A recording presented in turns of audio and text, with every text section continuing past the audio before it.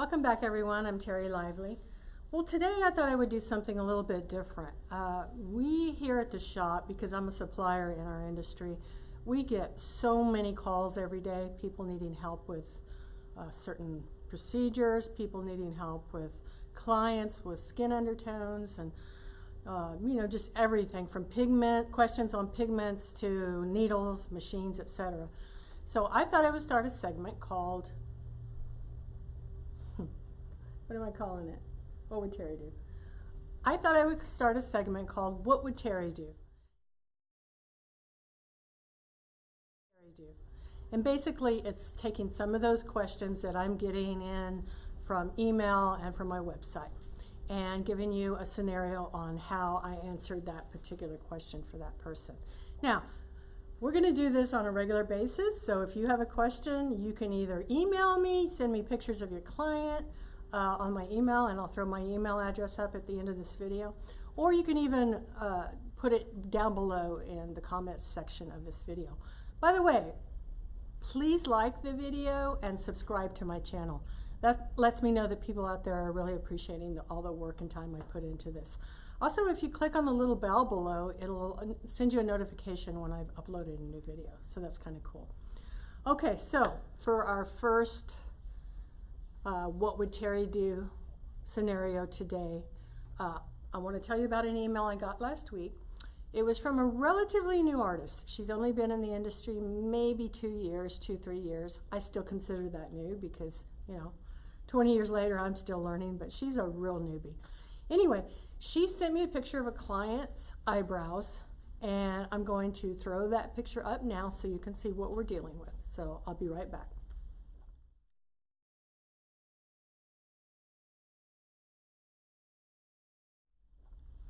Okay, so you can see in those brows, they've lightened up to a pink color after being tattooed for maybe about 2 years ago. Now, this young artist had done these brows. She was using a specific color line, and her question was, she had several questions. Number one, should I correct those with the same pigment line I used before? Number two, the client wants ombre brows. Can I do ombre brows over this client's eyebrows? And then number three, if not, how do I correct these brows? So let's just think a minute for about question number one. Should she go back in with the same pigment line that she used before? I'm going to tell you something. I thought that was a little crazy question. It's not a dumb question by all means. It's actually an excellent question. But the first thing that I thought about in my head was, if you're using a pigment line that turns to shit after a couple of years, are you going to go back in with that same pigment just to have it come back a few years later? Absolutely not. That would be crazy, right? So my reply to her was, no, we're going to go in with Perma Blend because we've seen it after a couple of years. They come back slightly lighter. They're not coming back pink and green and all this stuff we've seen for years. So I told her we're going to use a Perma Blend pigment to fix those brows. Now, the second question was about being able to do an ombre brow on this client. The brows are pink all the way throughout. They're a light pink, so they're a great candidate for doing a powder brow over with a target color. But when you're doing ombres, as you know, you want to fade them out to the natural skin in the front. So you really couldn't do an ombre brow on this client unless you sent her out for removal first, number one, in the fronts, or maybe you're trained in saline removal. I don't like doing that. I mean, it's just not my thing, so I always send my clients, if they need removal, I'll send them to my friend here in town that does laser removal. So the fronts would have to be removed in order to do an ombre brow. Then the client would have to go home after that removal, heal up, I'd say 3 or 4 months, because that's a lot of damage to the skin going in and taking pigment out. And then have them come back and you can do a nice cover up with a Perma Blend target color. So there's another way to handle this situation as well. Try to talk your client out of the ombre brow and just go in, and you can, number one, you can do a color correction if you feel like you need to. This all depends on your skill level. Maybe you're a new artist and you haven't really done a lot of corrections, so you're not sure how much saturation to put into that brow. to get a good result and to cover it up. So if you're a new artist, or maybe you're a highly experienced artist and you are not highly experienced with Perma Blend, then you want to kind of take it in baby steps. So let me explain the baby steps scenario. For this particular client, because her brows had pulled that light pink color, I would take my Perma Blend corrector set. This is corrector set number 1. It has no titanium in it. And there's a color in here. It's called Grassy. See that? And as you can see, it's a green color. So if I were a new artist, I would take this color, I would dilute it down by about 50%, and I would do a light pass over those eyebrows.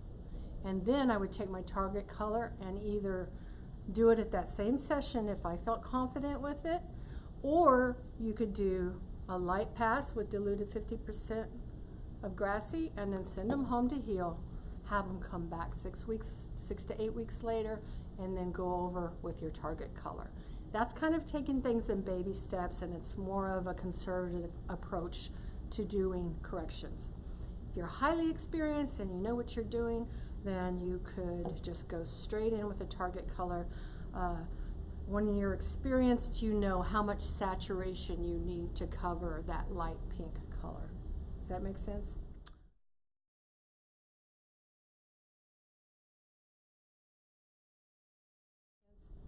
Okay, so baby steps. Never a wrong way to go doing baby steps. Okay, so that's how I would do the correction. Always try to tuck them in just to a full powder brow. That way they don't have to go through all the removal. They don't have to go through all the corrective colors unless you just want to take that approach again if you're new using a corrector color. Speaking of corrector colors, I told you earlier this is kit number 1 without titanium in it. It comes with Grassy, which is your cooler color. It comes with Gourd, which is a great orange rust color for correcting blue eyebrows, or you know, just as long as they're light blue, light gray.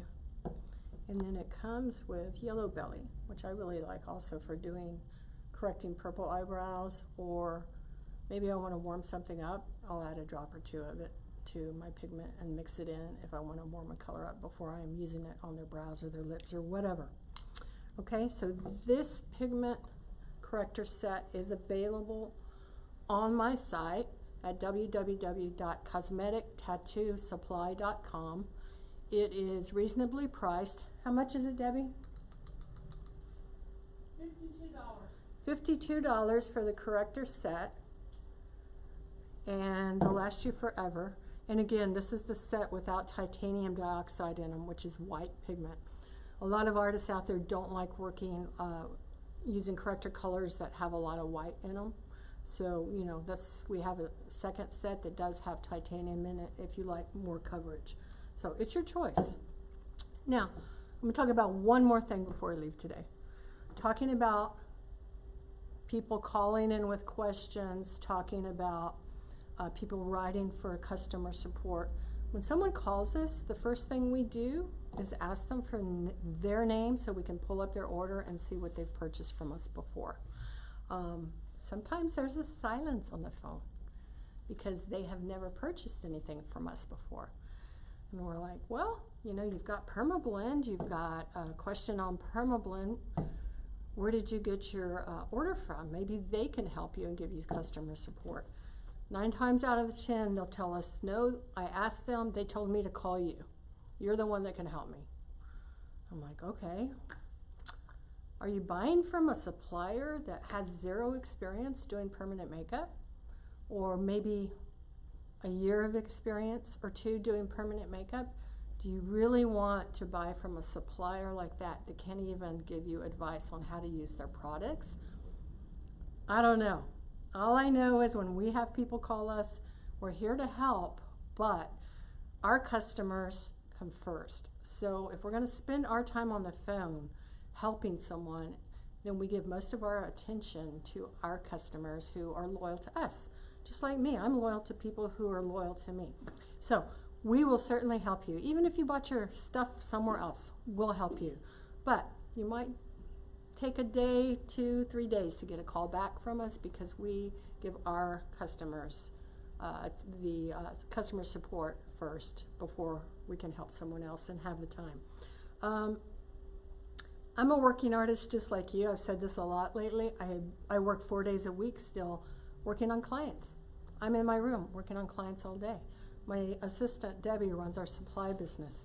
So, you know, when you call and ask for help from me, I give you help from years of experience, from my knowledge base of working on clients and still working on clients. Now, I'm not saying I know everything, because I don't. You never know everything in this industry. But what I can tell you is I have this group of women who are highly experienced artists, and I literally talk to them through Facebook Messenger just about every single day. We're having conversations. Hey, I had this client came in, blah, blah, blah, blah, blah, blah. What would you do? And so I have a team, my colleagues, that I can certainly go out. And if I don't know the answer to something, I can talk to my colleagues and get feedback. And then you're getting really good support when you ask us those questions. Okay, so that's all I have for today. In a few days, I'll try to have another segment of what would Terry do and help you with your questions. Okay, have a great day. Bye.